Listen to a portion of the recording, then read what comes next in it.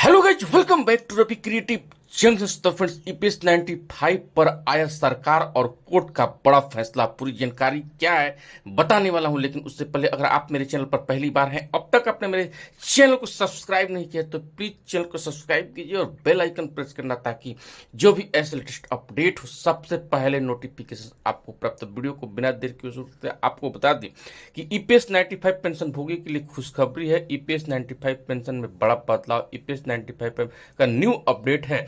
अगर आप भी ईपीएस 95 योजना के तहत पेंशन पाने वाले बुजुर्ग हैं या आपके परिवार में कोई ऐसा सदस्य है जो इस योजना से जुड़ा है, तो ये जानकारी जो है आपके चेहरे पर मुस्कान जरूर लाएगी। सरकार और सुप्रीम कोर्ट ने मिलकर ईपीएस 95 पेंशन योजना में एक ऐतिहासिक बदलाव किया है, जिसका सीधा फायदा लाखों पेंशन भोगियों को मिलने वाला है। अब पेंशन धारकों को कम से कम 7,500 प्रति माह पेंशन मिलेगी और इसके ऊपर से महंगाई भत्ता डीए भी जोड़ा जाएगा, यानी कि अब हर साल आपकी पेंशन में बढ़ोतरी तय। पहले क्या थी स्थिति? ईपीएस 95 योजना के तहत अब अधिकांश पेंशन धारकों को आपको 1,000 से 3,000 तक ही पेंशन मिलती थी। कुछ लोगों को ज्यादा से ज्यादा 5,000 मिलते थे।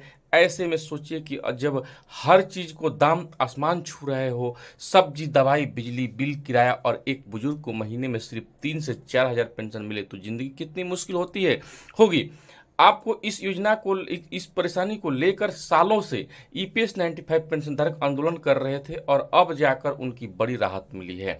सुप्रीम कोर्ट का ऐतिहासिक फैसला क्या है? सुप्रीम कोर्ट ने हाल ही में सरकार को निर्देश दिया है कि ईपीएस 95 योजना के तहत न्यूनतम पेंशन 7,500 प्रति माह की जाए। हर साल इसमें महंगाई भत्ता डीए भी जोड़ा जाए। यह फैसला लाखों बुजुर्ग के लिए जीवन बदलने जैसा। अब उन्हें सिर्फ पेंशन नहीं मिलेगी, बल्कि हर साल उसका मूल्य भी बढ़ेगा, जिससे कि वो महंगाई की मार से खुद को बचा सकेंगे।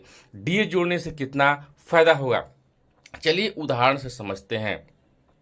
2025 में 7,500 प्लस 18% डीए बराबर 8,850 रुपया। 2026 में 7,500 प्लस 20% डीए 9,000। 2027 में 7,500 प्लस 22% डीए 9,150 रुपया। आपको बताते चले कि इसका मतलब है कि पेंशन अब स्थिर नहीं रहेगा, बल्कि हर साल महंगाई के हिसाब से बढ़ती जाएगी। यह अपने आप में खुद बड़ी बात है।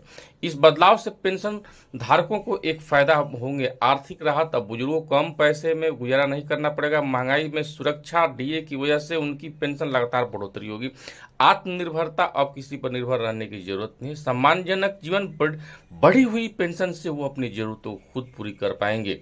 तो आपको बताते चलें कि कौन कौन ले सकता है इस योजना का लाभ। तो सबसे पहले 58 वर्ष की उम्र होनी चाहिए, 10 से 20 वर्ष ईपीएस सदस्य होना और कोई बकाया ना हो।